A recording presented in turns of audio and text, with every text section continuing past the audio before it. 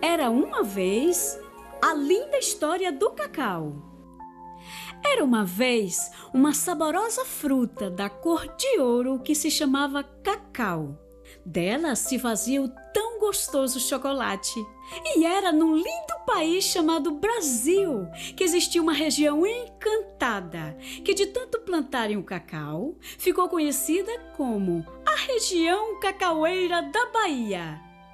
Lá havia várias fazendas de cacau e seus donos eram conhecidos como coronéis do cacau. Todos eles eram muito ricos, poderosos e muito malvados.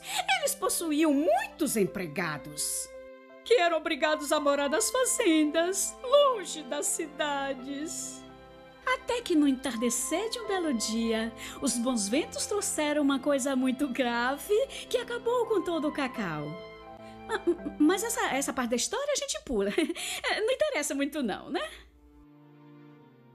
E foi aí que todos os donos das fazendas de cacau ficaram pobres.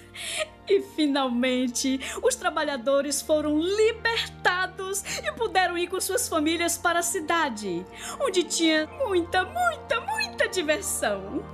E assim eles viveram felizes para sempre.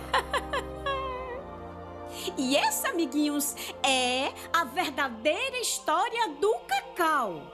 Não sei porquê, mas tem gente que não acredita em mim.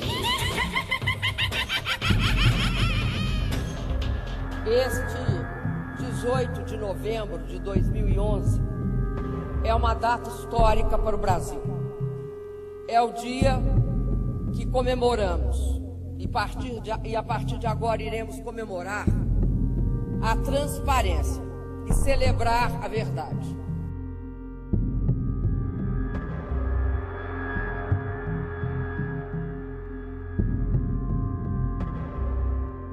A introdução da doença vassoura de bruxa nas plantações de cacau do sul da Bahia inviabilizou mais de 600 mil hectares da cultura, ocasionando um desastre socioeconômico e ecológico de proporções jamais registradas.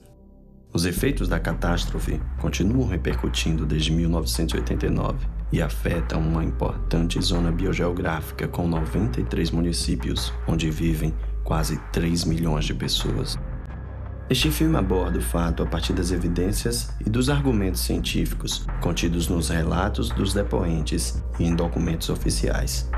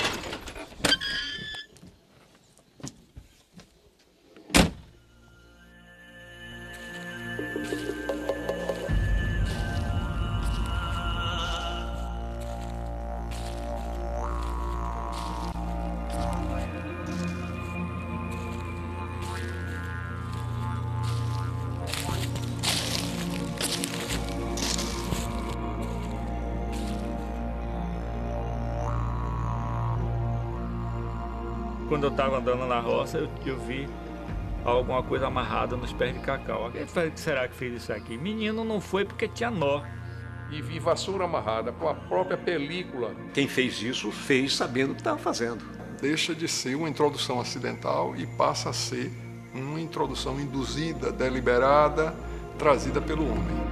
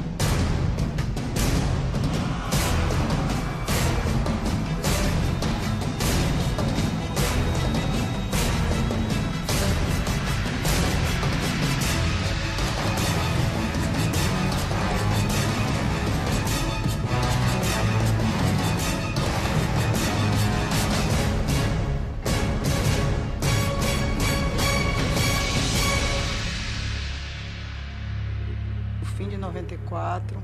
Aí ele já começou a entristecer, meu marido. A gente já não podia fazer a feira mais direito, como fazia, família grande, né?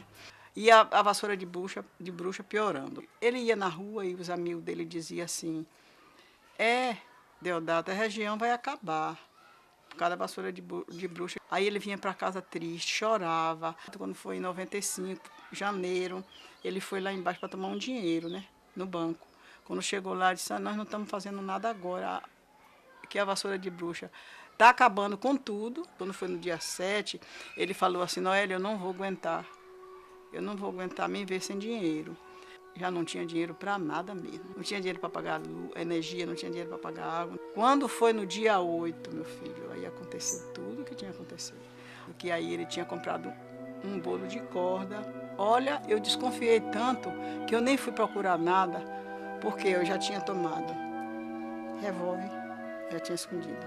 Já tinha tomado, ele queria se matar com gilete, eu já tinha tomado. E o veneno eu já tinha tomado da mão dele. Tudo isso, mas esse aí não entrou na minha cabeça. Ele botou a cabeça assim, atrás das minhas costas. Aí ele disse assim, Noélia, se eu pudesse eu ia me casar de novo. Aí eu disse assim, esse disco vai furar. Vai casar de novo? Ele disse, eu vou casar de novo, mas é com você. Ele disse, você é uma boa esposa, uma boa mãe, uma boa filha, uma boa brasileira. 8 horas, ele disse assim, eu já vou me deitar. Eu estava com tanta maldade do mundo, que eu não estava pensando que ele estava dormindo. E eu estava sozinha em casa com ele, né? E eu nervosa. Quando foi 4 horas da manhã, eu pedi outra solução a Deus. Aí eu fui dormir. Acordei 7 horas do dia.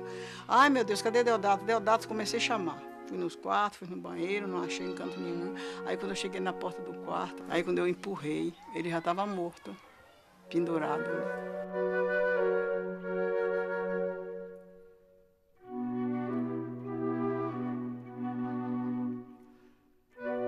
Aí eu comecei a gritar, dar murro nas paredes. Eu digo, ai meu Deus, não é possível.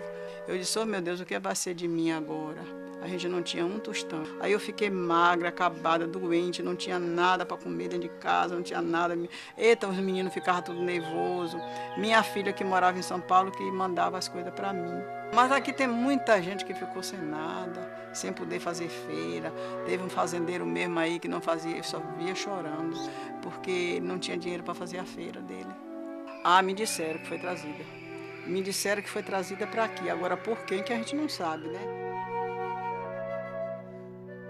Após a introdução criminosa da vassoura de bruxa na Bahia, uma região outrora pujante entra numa decadência socioeconômica e ambiental.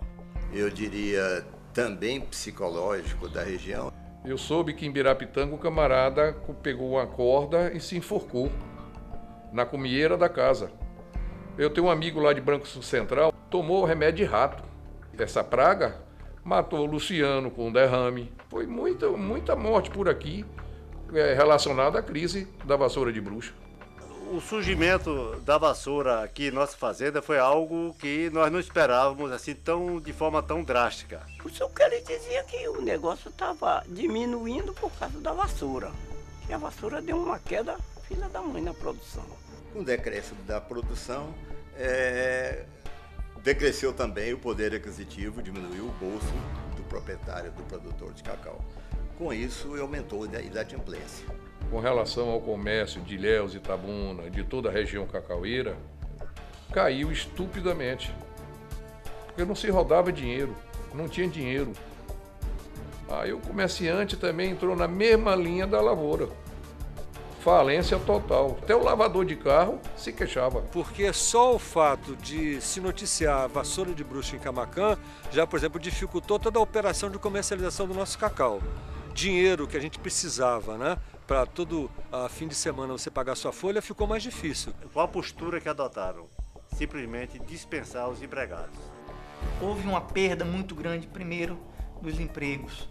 E esses empregos que movimentavam, né, a economia da região provocou um impacto muito grande. O que nós vimos foi mais de 200 mil desempregados no campo.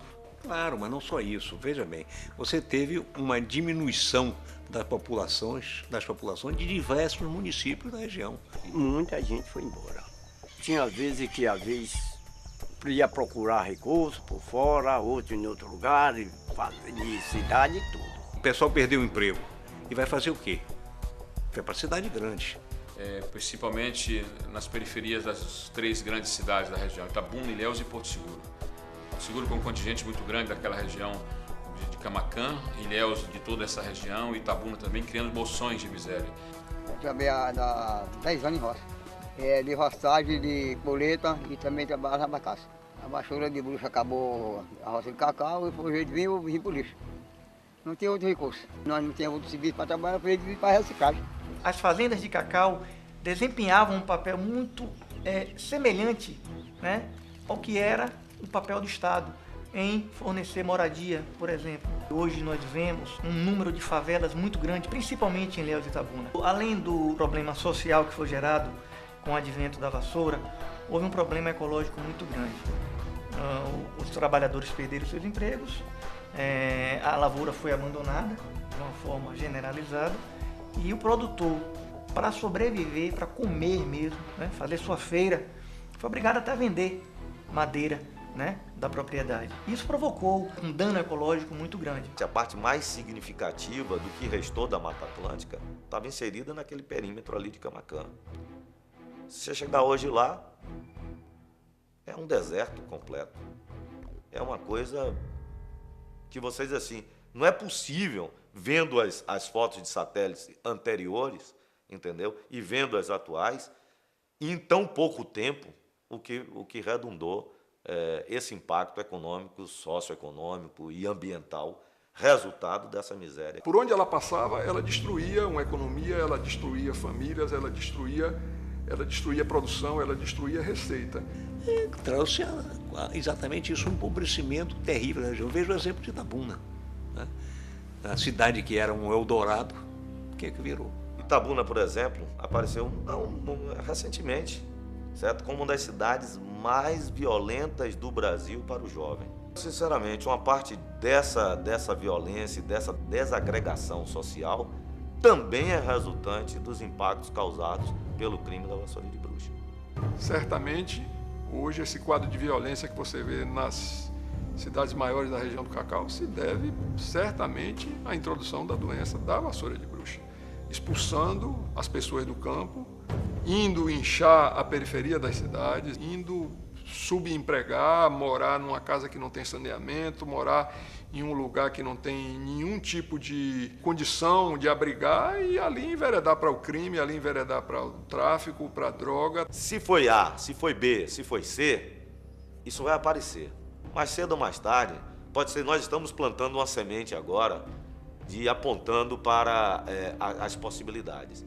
Mas o que é relevante destacar é que, sendo A, B ou C, o que foi causado, o que foi trazido, o impacto que esse desastre da vassoura de bruxa trouxe, fez desmoronar vidas. São 3 milhões de pessoas impactadas gravemente pela vassoura de bruxa. Eu dizia na época, a vassoura é uma guerra.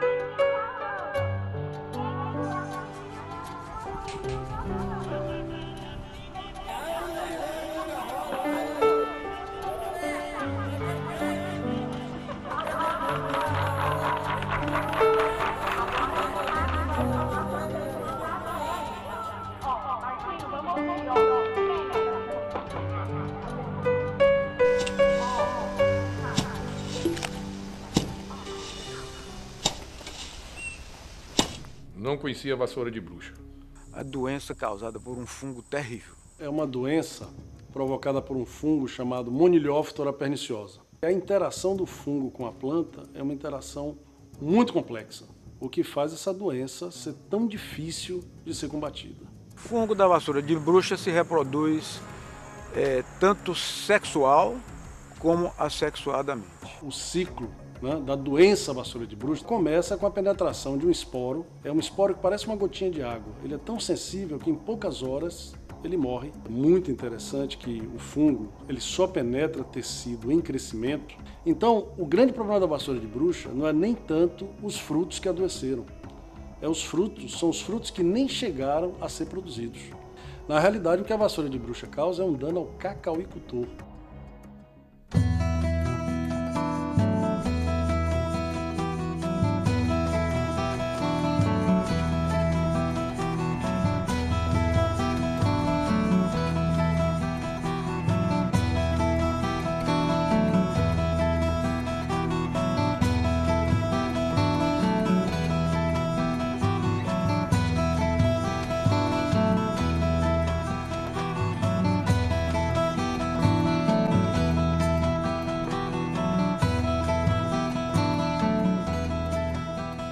A região cacaueira, ela está aqui instalada desde 1700 e meados do século XVIII. E nós temos mais de 250 anos de atividade nessa região. Olha, é uma região boa. Muito cacau. Cacau carregava. Como era uma região livre das doenças endêmicas do cacau, o cacau aqui se tornou extremamente produtivo. Trabalhava muito.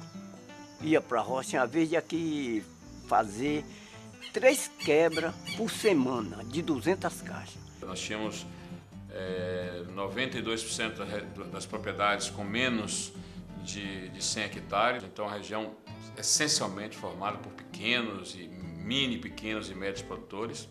As fazendas de cacau, elas proporcionavam uma quantidade de empregos muito grande. Chegamos a ter aqui 247 trabalhadores, todos eles morando em casas próprias da fazenda.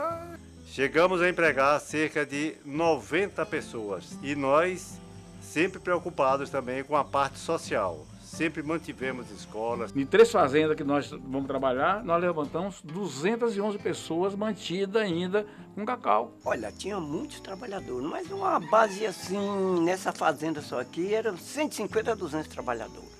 E toda essa micro-região migrava para fazer compras em Ilhéus, em Itabuna. O dinheiro circulava muito facilmente, você tinha toda a condição, você tinha um porto funcionando, exportando cacau. O cacau era o motor, o produto principal de se fazer o chocolate, que é apreciado por todo mundo.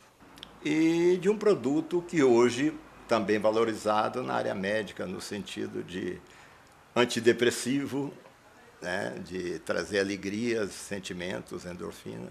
Agrada, quer dizer, não há pessoa que fala, eu não gosto de chocolate. O cacau produzido na Bahia, que era conhecido no mercado internacional como cacau tipo 1 ou Bahia Superior, era produzido 70% em Cabruca. O sistema cacau-cabruca foi desenvolvido pelos colonizadores da região cacaueira. Ele é tecnicamente um sistema agroflorestal ou agrossilvicultural, que seria o termo correto. Então você tem dentro desse sistema pau-brasil, ipês, potumuju, jiquitibá, pau-d'alho, araçá d'água, porque o fato de ter árvores no sistema faz com que essas áreas sejam corredores entre matas. A quantidade de animais que conseguem transitar na cabruca é muito maior, que conseguem inclusive nidificar na cabruca, conseguem se alimentar na cabruca. O mico-leão da cara dourada, por exemplo, ele utiliza muitas cabrucas, né? Porque essas árvores permitem que muitas bromélias, que muitas orquídeas passem a existir no sistema, quando comparado a outros sistemas agrícolas. Nenhum deles tem a biodiversidade que tem a cabruca, e realmente é um patrimônio do sul da Bahia. Ao analisar, ao refletirmos sobre o sistema e sobre a região cacaueira, 2 grandes lições nos são mostradas. O primeiro, a capacidade de você fazer renda e conservar. Ou seja, nós criamos um modelo diferente, que é a conservação produtiva. Essa foi uma grande lição que nós podemos ensinar ao mundo, conservar e produzir. E a segunda grande lição é que o mundo precisa aprender, que o grande amigo do recurso ambiental da região é o cacauicultor. Essa é a grande lição que a sociedade urbana precisa aprender. Ela precisa aprender como fazer o uso do recurso natural sem exauri-lo. E aqui nós podemos ensinar ao mundo. O cacau, ele dava sustentabilidade ao Estado, ao estado da Bahia, ele dava sustentabilidade à nação, ele dava sustentabilidade à região cacaueira, ele gerava empregos. Quando a gente percebe e vê a distância, certo? O quanto a produção e o quanto a cacauicultura já contribuiu para o desenvolvimento regional, micro-regional, estadual da nação, a gente percebe, só aí é que a gente percebe o quanto que ela precisa voltar a ser melhor vista, melhor cuidada, certo? Em função daquilo que ela já tanto contribuiu. Então essa era a região rica da Bahia, que sustentou a Bahia durante muito tempo.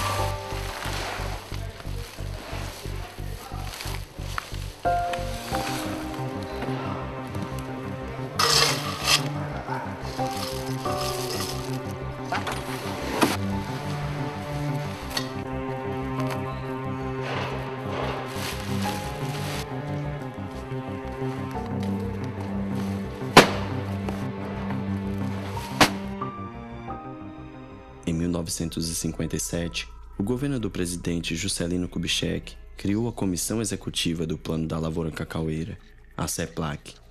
Com caráter dito temporário, tinha a finalidade de recompor as dívidas oriundas da crise de 1955. Em 1961, após a criação da taxa de retenção cambial, a CEPLAC adquire uma sustentação financeira estável e é consolidada no controle da cacauicultura. Com os recursos gerados pelo cacau, a CEPLAC constituiu seu quadro de pessoal, criou um departamento de extensão e um centro de pesquisas. Em meados da década de 1970, com o objetivo de ocupar a Amazônia brasileira, o governo militar do presidente Ernesto Geisel desprezou os riscos de disseminação da vassoura de bruxa e iniciou o plantio de cacau no norte do país, lugar onde a doença era endêmica. A vassoura de bruxa, assim como o cacau, os dois são nativos da Amazônia. Os dois são, digamos assim, coevoluíram, né? O que nunca poderia ter acontecido, realmente, é se criado as condições para que o fungo chegasse aqui. Houve, como eu disse, imprudência, incompetência, para dizer o mínimo. Durante 18 anos, a CEPLAC manteve postos de fiscalização nos aeroportos e postos de fronteira, e era um programa chamado CAVAB, né? A Campanha de Controle de Vassoura de Bruxa, que o objetivo era exatamente inspecionar bagagens e passageiros com o objetivo de impedir que fossem transportados para a região cacaueira da Bahia e do Espírito Santo material que pudesse estar infectado. Apesar da existência de várias barreiras de inspeção fitossanitária, em 1989 foram descobertos nos municípios de Uruçuca e Camaquã os primeiros focos da doença. Logo em seguida, focos esparsos e distantes um do outro começaram a surgir. O fungo parecia saltar de um ponto a outro. A doença é disseminada em toda a região. Coloquei 30 homens lá fazendo limpeza, poda, adubação, e logo em seguida foi descoberto um galho com uma inchação, parecendo um cancro. E mandei esse caco para a CEPLAC para fazer uma análise. Quando foi no dia 30 de maio, aí estavam tentando me localizar e comunicando que era vassoura de bruxa. A responsabilidade de combater a doença, toda doença, não é só vassoura de bruxa, qualquer doença exótica que seja introduzida natural ou artificialmente em qualquer região, no Brasil existe normas, né, legislação que orienta como é que se deve fazer isso. A responsabilidade é do governo e, nesse caso, especificamente, do Ministério da Agricultura com a CEPLAC. O secretário do Ministério veio aqui, visitou a área e aí começaram a jogar produtos como cobre sandóis e depois jogaram agente laranja e depois veio a derruba total. Derrubou jacarandá, cedro, jequitibá. Nós entramos com a ação em 1989, levamos 20 anos brigando contra o governo para tentar receber a indenização e depois disso o governo ainda vai estar pagando com 10 anos de prazo. Desde o primeiro foco de Chico Lima, eu instruí muitos meus trabalhadores, administradores, para que estivessem atentos a qualquer sinal sobre a vassoura de bruxa. Quando eu fui percorrer a fazenda Panelinha, o meu administrador, seu Hugo, disse: Ramanho, eu tenho uma coisa muito triste para lhe contar. Ele me mostrou um fruto infectado, sem dúvida nenhuma, e que foi retirado de um pé de cacau que estava exatamente assim ao lado de uma cerca, de uma área que meu pai havia vendido a Luciano Santana. Quando eu vi aquilo, eu fiquei muito assustado, Então peguei esse fruto e vim direto para a CEPLAC, aqui na estrada de Itabuna e Ilhéus, assim que foi denunciado o foco de Camaquã. Após a identificação dos focos e todo aquele trabalho de erradicação, a CEPLAC interditou essas áreas. Após o estudo e mapeamento desses focos e outros focos menores que estavam acontecendo ao longo da BR-101, chegou-se à conclusão de que não adiantaria continuar com a erradicação. Tivemos que partir para a parte de controle através do manejo. E isso foi realmente a primeira ação da CEPLAC. Nos anos seguintes, não há nenhuma ação significativa para combater a doença. Diante da ausência do Estado, a vassoura de bruxa avança consumindo toda a riqueza. Este é o período conhecido como buraco negro. O cacauicultor chega a uma situação de extrema vulnerabilidade econômica e psicológica. Muitas pessoas são acometidas de depressão. Algumas cometem suicídio. Só em 1995 é que o Estado brasileiro apresenta o Programa de Recuperação da Lavoura Cacaueira Baiana. Formatado pela CEPLAC, o pacote tecnológico seria capaz de controlar a doença e aumentar a produtividade para 100 arrobas por hectare. Como nós fazíamos costumeiramente, nós viemos comemorar o Dia das Crianças aqui no meado de 90, mas com o propósito de fechar a fazenda, porque já se tornava inviável. Mas chegando aqui, eu e minha mulher, vendo tantas crianças, tantas famílias aqui na fazenda, nós pensamos, é justo dispensar todo esse pessoal? Quando passava aqui na frente da fazenda, dezenas e dezenas de desempregados em busca de emprego, de comida, de água. Sensibilizado com a situação e diante do programa de recuperação, Edivaldo Bruno e sua esposa aposentaram-se e foram morar na fazenda.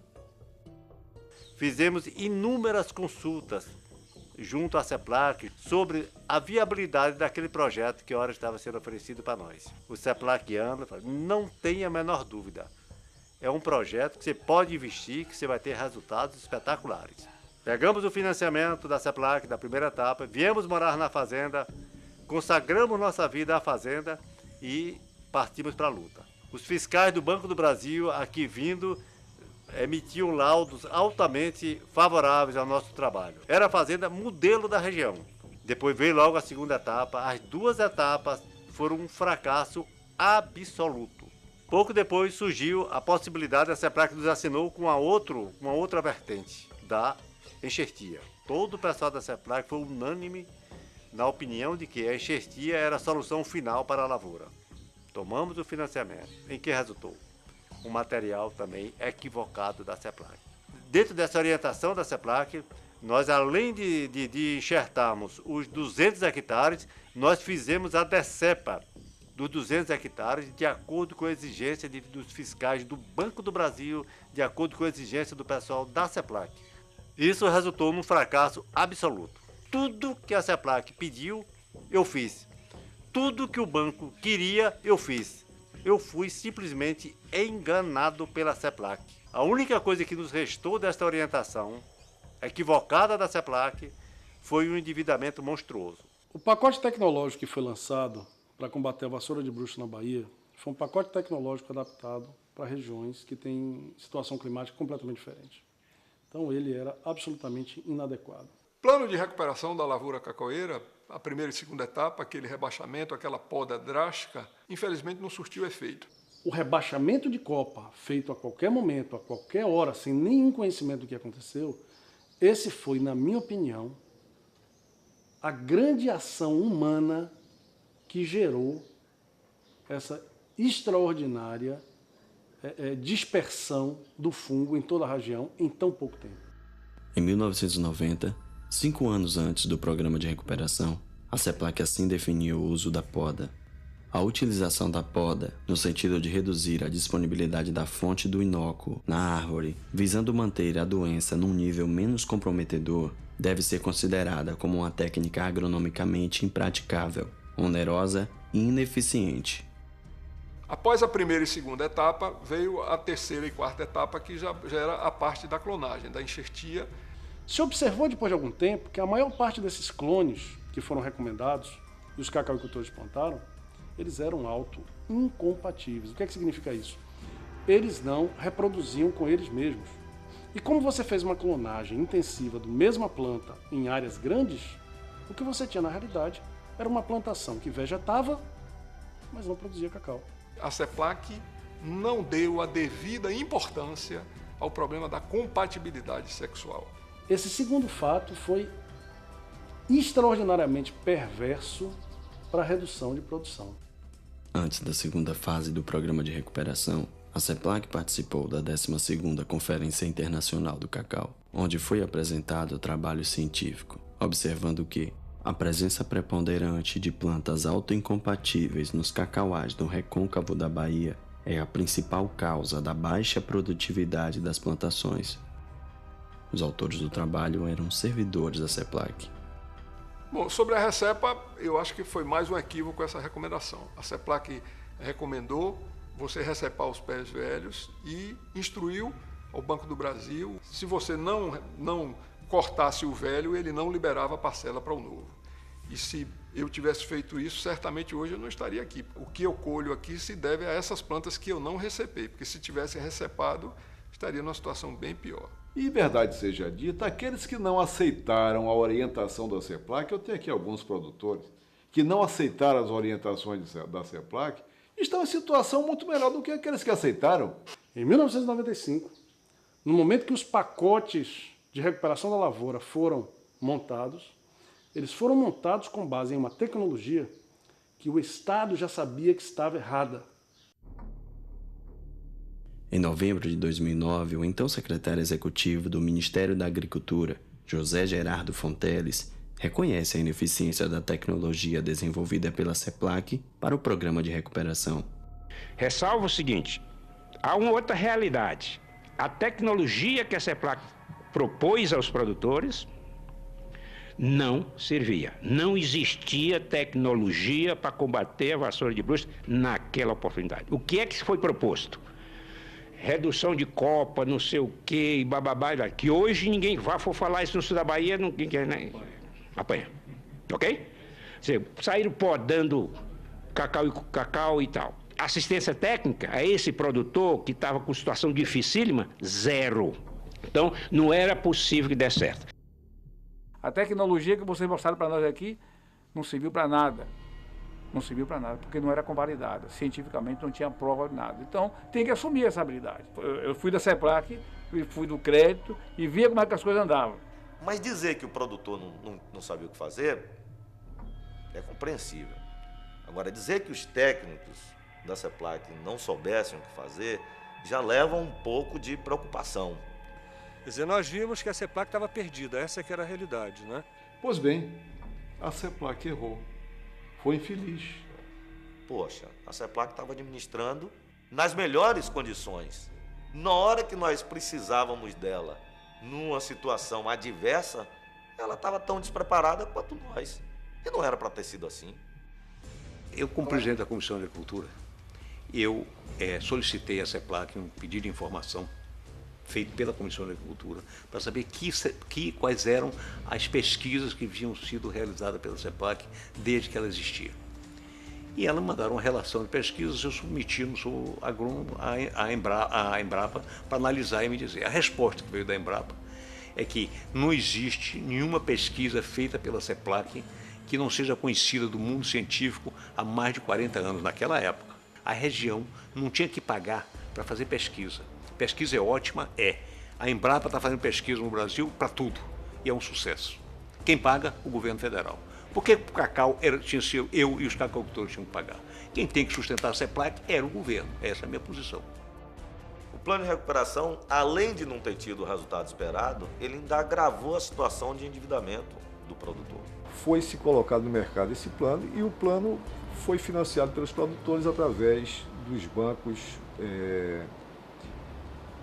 que ficaram como gestores, como administradores desses planos. O Estado deu ao cacauicultor um dinheiro muito caro para fazer uma coisa errada, obrigatoriamente, quer dizer, o sujeito não podia pegar aquele dinheiro e fazer o que quisesse. Se o produtor não obedecesse às orientações compulsoriamente, obrigatoriamente da CEPLAC, ele não receberia as parcelas do empréstimo. E o produtor seguiu confiante. Como desconfiar da CEPLAC? Um órgão de tamanho saber científico. Muitos produtores tomaram dinheiro para fazer aquilo equivocadamente, está entendendo? Em todos os contratos, os produtores se viram obrigados, até por antecipação, a recolher 1 ou 2% do valor do orçamento a título de pagamento de assistência técnica. Não gerou a receita esperada e as pessoas começaram ali a perder a guerra e perder parte do seu patrimônio. Com dívidas absurdas, ilegais, com reclamações trabalhistas extremamente substanciais, sem plano de saúde, sem aposentadoria, sem condição de se manter, onde alguns chegam até o suicídio. Em maio de 2004, a CEPLAC edita nota técnica atestando que o programa não gerou retorno econômico e recomenda não permitir que os produtores sejam considerados inadimplentes pelos agentes financeiros, até que se possa encontrar uma solução definitiva para o problema. Em abril de 2009, a CEPLAC edita outra nota técnica, desta vez recomendando tratar as dívidas oriundas do Programa de Recuperação da Lavoura Cacaueira Baiana dentro dos dispositivos semelhantes aos previstos no Fundo de Defesa Agropecuária para eventos catastróficos. E uma nota técnica confessando o erro, como é que o magistrado, o juiz federal ou estadual, vai fechar os olhos para isso e dizer que o produtor é responsável pelo débito? Onde a parte que o cobra confessa que errou. Nós temos que entrar na justiça. Em 10 de novembro de 2009, durante a audiência pública no Senado Federal, o diretor-geral da CEPLAC, Jay Wallace, reconhece que o endividamento dos cacauicultores ocorreu de forma indevida. Mas o cacau, além de ter todas essas mazelas, enfrentou uma doença que não existia na região cacaueira da Bahia. E aí, como o senador disse, isso consta dessa nota técnica, grande parte do problema foi enfrentado de forma, a nosso ver, errônea, porque devia ter sido tratado como uma catástrofe, né? Porque a região era idênea, né? E era para ser dado um tratamento semelhante ao que se dá quando se detecta surtos de aftosa, onde o produtor é, inclusive, indenizado. Isso não aconteceu na lavoura do cacau. E toda essa história decorre desse endividamento inicial que foi feito indevidamente. O produtor hoje está recebendo as execuções fiscais federais porque os créditos rurais ilegalmente foram convertidos em créditos fiscais e são cobrados agora pela União como se fosse uma espécie de tributo. E nós teríamos que ter tido um tratamento por parte do governo estadual, do governo federal, diferenciado. Num contrato bilateral, Banco Cacauicultor, se o Banco do Brasil, através da CEPLAC, orienta o produtor, compulsoriamente obriga através de uma assistência técnica errada, levando-o à bancarrota, Este contrato é um contrato que não pode ser obedecido, não pode ser pago. Como é que esse produtor vai sobreviver? Isso é um suicídio. Como é que os nossos governantes não percebem essa arbitrariedade, esta ilegalidade? Viraram as costas. Então, penso eu que a ausência do Estado nessa calamidade toda foi, assim, um fator preponderante para que a região toda se encontre na situação que se encontra hoje. Nós estamos há 20 anos convivendo com enfermidade, sem cura, sem cacau, e o governo federal executando a todos como se nós fôssemos devedores. Eu acho que não houve um posicionamento firme em defesa da classe produtora, em defesa dos interesses econômicos da região. O cacauicultor foi uma vítima. Ele contribuiu para o governo federal durante anos e agora ele tinha que ser indenizado. Porque a CEPLAC, que era o órgão responsável pela impedir a vassoura de bruxa de chegar aqui, falhou. E era um órgão federal, não cumpriu o seu dever. Quem falhou foi o governo federal. Então o governo federal tem que indenizar aos agricultores de cacau pelo que eles perderam. Mas, meu amigo, se a gente ficar esperando ao contrário, nós vamos ficar chupando o dedo e os filhos nossos amanhã e os netos vão dizer assim: vocês são um monte de bunda mole.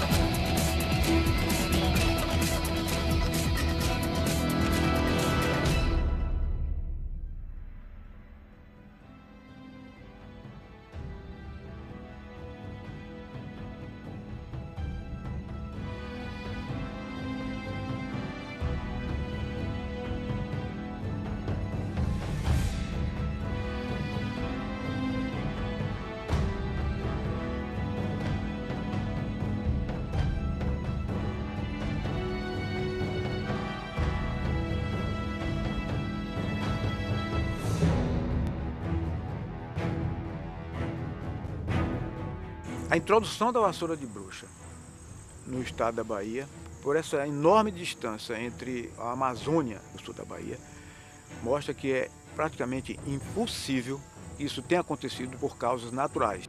Em 1989, logo após a descoberta do primeiro foco da doença, técnicos da CEPLAC publicam o registro da primeira ocorrência, concluindo que a introdução de C. perniciosa no estado da Bahia não pode ser atribuída a agentes naturais de disseminação.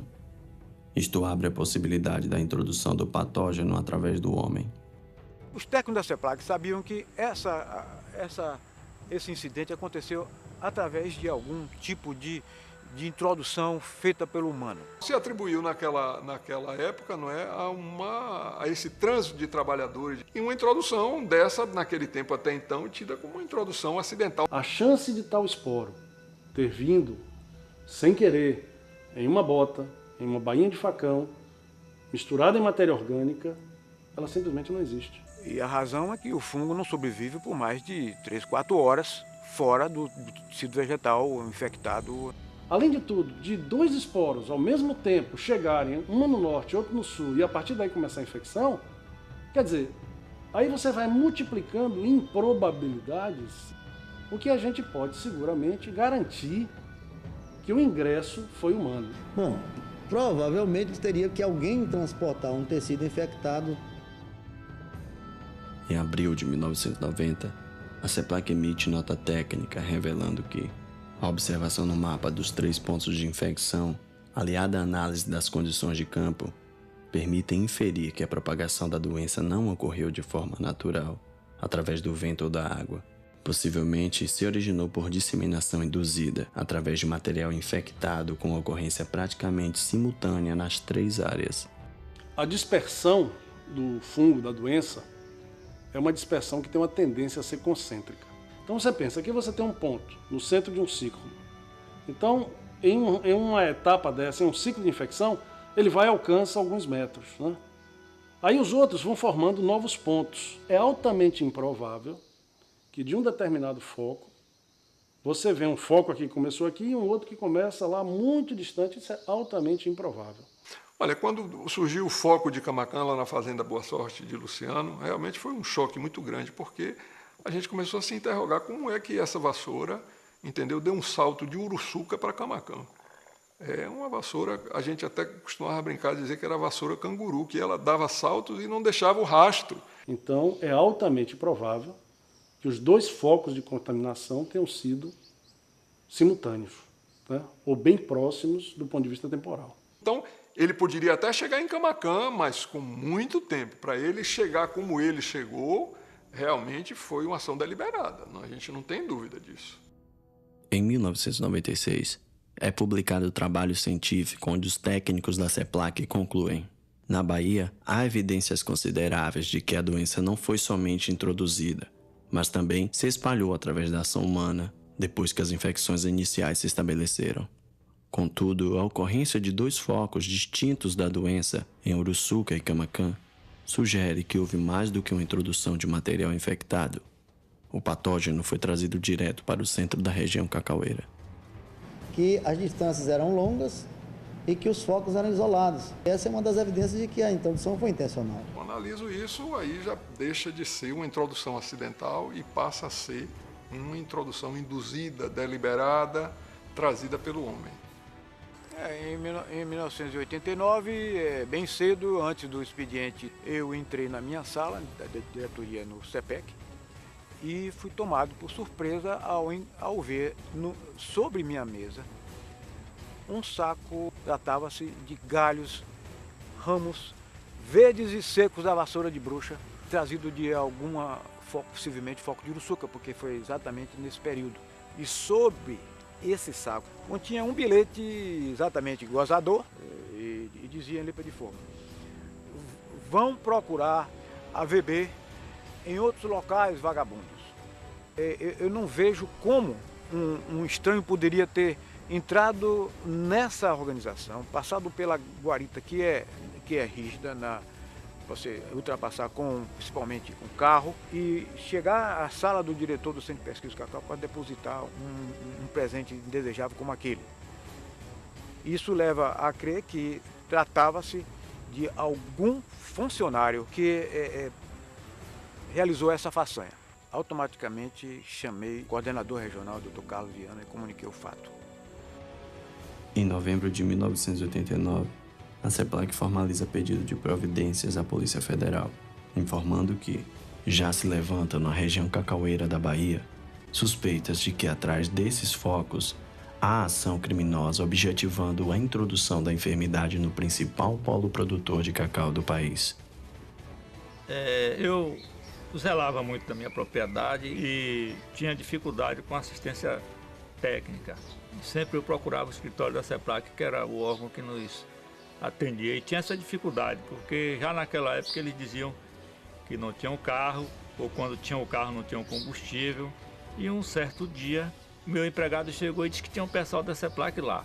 Eu mandei que chamasse eles e saí também ao encontro deles. Quando eu vou chegando, estão eles saindo da fazenda, e eu muito alegre, pensando que eles estavam indo lá a respeito daquilo que eu tinha pedido, e eles rapidamente entraram no carro, me dizendo que estavam trazendo o pessoal de Itabuna para conhecer a região. Só que alguns dias depois, eu vou chegando na fazenda e meu empregado me chama e diz: olha, encontramos vassoura de bruxa aqui em alguns pés de cacau. Quis ver onde foi o pé. Quando eu estava andando na roça, eu vi alguma coisa amarrada nos pés de cacau. Aquilo me chamou a atenção. Ele falou: que será que fez isso aqui? Menino, não foi porque tinha nó. Então é alguma coisa de macumba, eu sei lá, eu achei que podia ser assim, mas que não tive nem coragem de pegar e desamarrar aquilo ali, achei aquela coisa feia, Hoje eu estou sabendo que é uma vassoura de bruxa, mas naquela época eu não sabia o que era aquilo amarrado ali. E não tinha como essa vassoura de bruxa chegar até a nossa região se não fosse criminosamente colocada. Sobre essa constatação de ramos infectados amarrados em plantações sadias, eu mesmo achei aqui na Santa Úrsula, no maio de 1990, eu achei 2 pés de cacau com vassouras secas amarradas no cipó de imbira, no meio do caule de 2 pés de cacau. E eu mesmo retirei aqui, bem como outras pessoas também encontraram. O fato das vassouras amarradas dentro da roça de cacau foi ali depois da Fazenda União, entre o Poço Santo Antônio e o Baitaba. Eu cheguei lá, porque houve essa denúncia, e eu tive lá e vi vassoura amarrada com a própria película do tronco da galha do cacau, aquela películazinha, a vassoura de bruxa amarrada no tronco, quer dizer, na galha do cacaueiro, tanto em Buararema como o lado de Baitaba.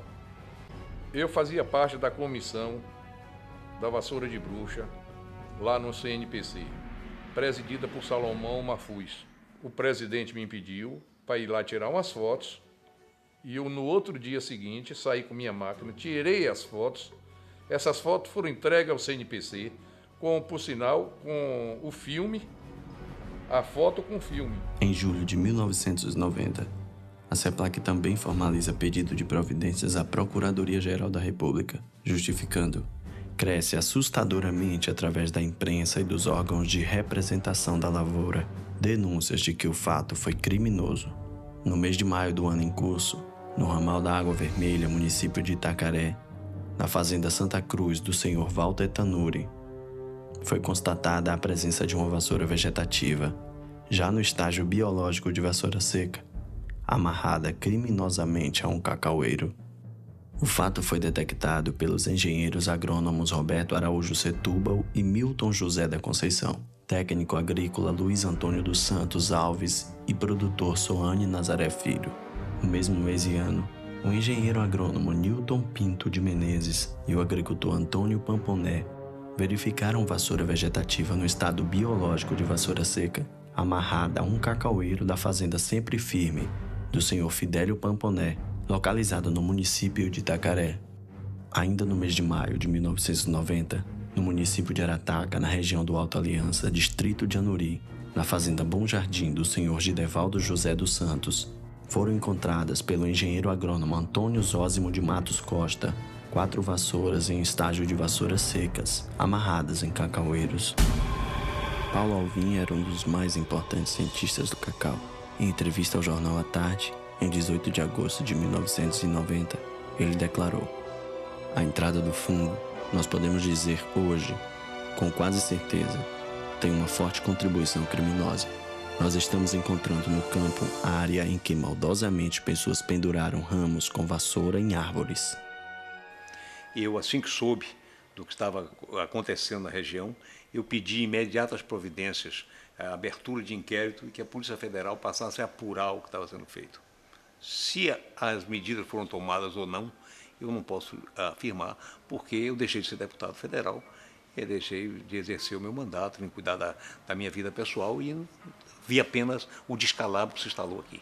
No desenrolar dessas reuniões e conversa, e de sacos de vassoura de bruxa e Senagom, vassouras amarradas em pé de cacau, foi constatado que foi criminosa e até hoje não se sabe quem foi o criminoso. Eu também tive acesso ao relatório da Polícia Federal e lá os depoimentos apontam, né, que foram encontrados tecidos infectados, propositalmente amarrados, né, em ramos de planta, o que por si só já revela a intenção de quem colocou, ou seja, elas não estavam ali por acaso, alguém introduziu. Quem fez isso fez sabendo o que estava fazendo, não fez para brincar.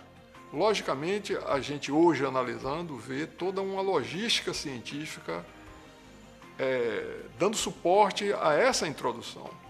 A gente vê a utilização de dispersores naturais, acidentes de relevo, morros e cursos d'água, encontros, vertentes. Foi encontrado, pelos técnicos, de que a cada 100 quilômetros na rodovia BR-101, nos divisores de água e nos divisores de vento e nos disseminadores de vento, a cada 100 quilômetros tinham sido implantadas, encontradas amarradas nas pés de cacau. Tudo concorrendo para que a doença se disseminasse, está entendendo, de uma forma mais rápida.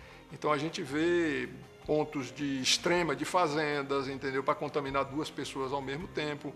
A gente viu o córrego do Panelinha, uma quantidade de vassoura seca enorme jogada dentro. E aí a gente conclui de que houve realmente uma introdução induzida, conhecia, sabia o comportamento da doença e teve uma logística científica toda para ser feita essa introdução e disseminação, certamente. A caracterização de que foi intencional a introdução, ninguém tem dúvida.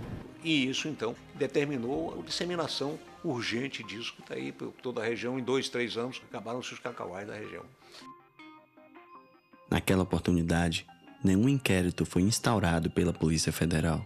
Apesar da gravidade do fato, apenas 2 diligências foram realizadas entre novembro de 1989 e janeiro de 1990.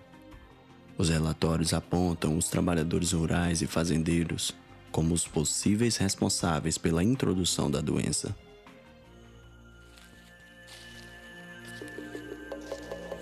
Os pesquisadores da CEPLAC descartam a possibilidade de uma introdução por meios naturais. O surgimento simultâneo de vários focos, distantes um do outro, elimina a possibilidade de uma disseminação acidental. O saco com vassoura de bruxa encontrado na CEPLAC e os ramos infectados amarrados a cacaueiros indicam uma ação humana deliberada. As evidências desenham o crime. O que aconteceu aqui, na verdade, foi um crime biológico. É um escândalo mundial incubado, é um crime bárbaro, covarde. O que aconteceu aqui é muito sério. É um crime contra a humanidade. Uma coisa aterrorizante, né, que a humanidade precisa tomar conhecimento. Depois veio o plano da CEPLAC, que a gente hoje para pensar, será que foram erros mesmo? Ou será que não teria sido a continuação daquele crime diabólico? Eu diria que a introdução criminosa do fungo na região foi apenas um dos fatores do que a gente deveria denominar no seu todo de verdadeiro crime da vassoura de bruxa. Nós somos muitas vezes passivos à situação que essa região é muito passiva. Não se pode permitir que um dano que dizimou essa região e um dano que pode dizimar novas regiões passe por nós como se nada tivesse acontecido aqui. Nós não tivemos aqui uma crise, não. Nós tivemos aqui uma tragédia. Nós tivemos aqui um holocausto. A humanidade corre um risco de que isso seja repetido, seja no cacau ou seja em qualquer outra lavoura, porque não houve punição. Eu acho que o mundo deve cobrar isso do governo brasileiro. Então, como aceitar isso? Eu quero um país melhor para meus filhos, então eu realmente não posso aceitar uma situação dessa. Eu tenho a impressão que isso foi um processo ideológico, né, onde precisava se acabar com os grandes produtores de cacau da região, para acabar com os ricaços do cacau, entre aspas. E aí esqueceram que acabaram com os empregos, acabaram com a zona rural, que acabou com o comércio, e a região entrou e se depauperou aí. É lógico que para o governo brasileiro seria muito bom identificar os culpados, porque seria um crime que é um crime muito sério que foi praticado contra uma região inteira, contra um país inteiro. É crime de lesa humanidade. Que o nosso país não teve a capacidade ou a conveniência de apurar a fundo e apontar os culpados.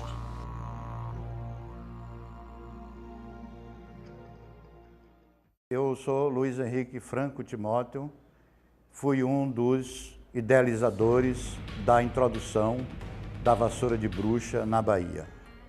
A CEPLAC deveria ser extinta e essa intenção era absorver 20% do funcionalismo que trabalhava na CEPLAC e o resto iria ser mandado embora.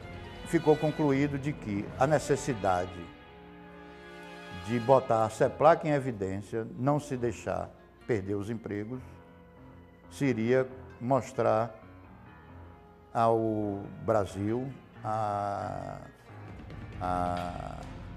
opinião pública e ao Ministério da Agricultura, ao governo federal, de que a CEPLAC era viável ainda em defesa da agricultura do cacau. Então a intenção era dar uma alternativa para isso. E qual foi a alternativa? Mostrar que a CEPLAC teria ainda função. E qual seria essa função? Combater a praga Que praga? A praga mais violenta que tem, que é a vassoura de bruxa. Ficou certo de que traríamos vassoura de bruxa de Rondônia. Eu iria buscar essa vassoura de bruxa. Na época se citou que existia um órgão do governo federal chamada CAVAB. Eu trouxe vassoura de bruxa em mais ou menos 250 a 300 ramos infectados e foi introduzida na fazenda de Luciano Santana, em Camaquã, e na fazenda de Chico Lima. Antes, para constatar que a vassoura de bruxa já estava introduzida na CEPLAC, nós pusemos um saco de vassoura de bruxa na mesa de um diretor e escreveu um bilhete com punho, de próprio punho, de que eles estavam desatentos porque já existia vassoura de bruxa dentro da CEPEC. Em 92 foi quando eu recebi o dinheiro da coisa do cheque, está constatado, né? Esse dinheiro e 20 mil dólares em 15 mil em franco suíço e 5 mil dólares em dinheiro americano.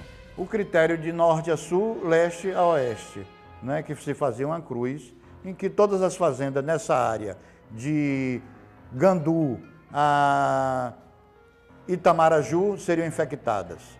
Nas áreas de Ilhéus e adjacências, Canavieiras, Itacaré, para Ibicaraí, Lomanto Júnior, seriam infectadas. Aí foi se delineando a Operação Cruzeiro do Sul. A denúncia de Luiz Henrique Franco Timóteo foi publicada em junho de 2006 pela revista Veja e provocou a abertura de uma sindicância administrativa e de um inquérito policial.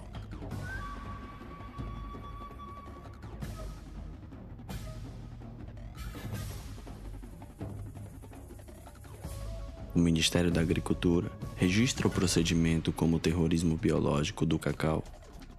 O procurador federal Ronaldo Marques de Araújo é designado presidente da comissão. Diversos documentos não são localizados na CEPLAC, inclusive um processo administrativo aberto pelo então superintendente regional Carlos Viana. Um falso dossiê encaminhado pela CEPLAC à comissão de sindicância.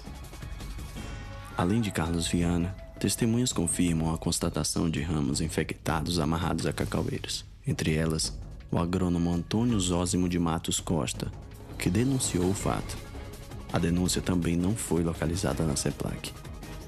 O bilhete encontrado na CEPLAC junto com um saco de vassoura de bruxa foi encaminhado à Polícia Federal e também não foi localizado. A comissão de sindicância encontra indícios de irregularidades cometidas por servidores da CEPLAC e recomenda a abertura de um processo administrativo, incluindo mais 2 funcionários, estes por possível retenção indevida de documentos. Em janeiro de 2007, o secretário executivo do Ministério da Agricultura autoriza a abertura do processo administrativo. Para evitar o envolvimento de forças externas poderosas, foi sugerido que a Controladoria Geral da União indicasse os membros da comissão processante. Em maio de 2011, o procedimento foi arquivado. Não há notícias sobre a abertura do processo administrativo.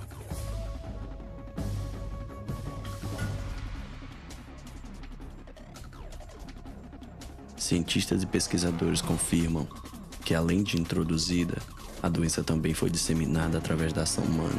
Várias testemunhas e documentos confirmam a ocorrência de ramos infectados amarrados a cacaueiros. Não há informações sobre as fotografias que estariam na CEPLAC e no CNPC. Apesar dos pedidos de providências feitos à época, a prescrição é arguída. Ninguém é indiciado. Mas diante das evidências, a Polícia Federal admite a ocorrência do crime e conclui: reputa-se induvidoso que a introdução e a disseminação da doença vassoura de bruxa na região sul da Bahia decorreu de ato humano deliberado.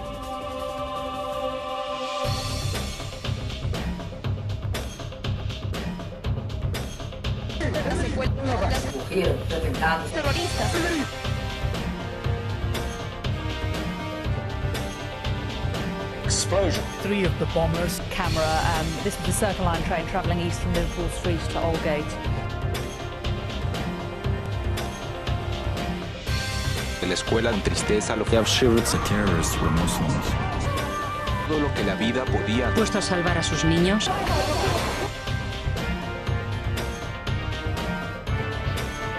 La mañana de Madrid, capital hispana. Aledañas en los hospitales. El número. Cuando un diario árabe. La tarde ante el horror del mundo entero.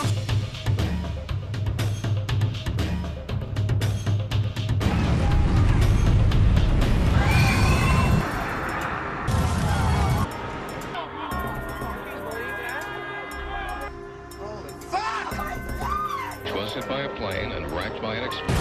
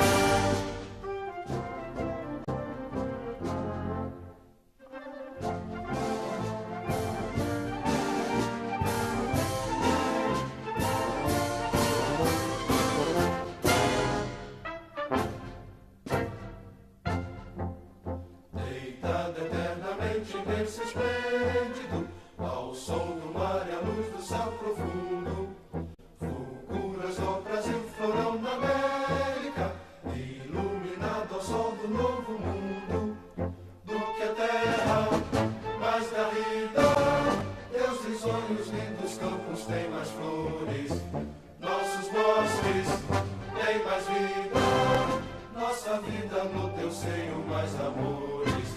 Ó Pátria amada.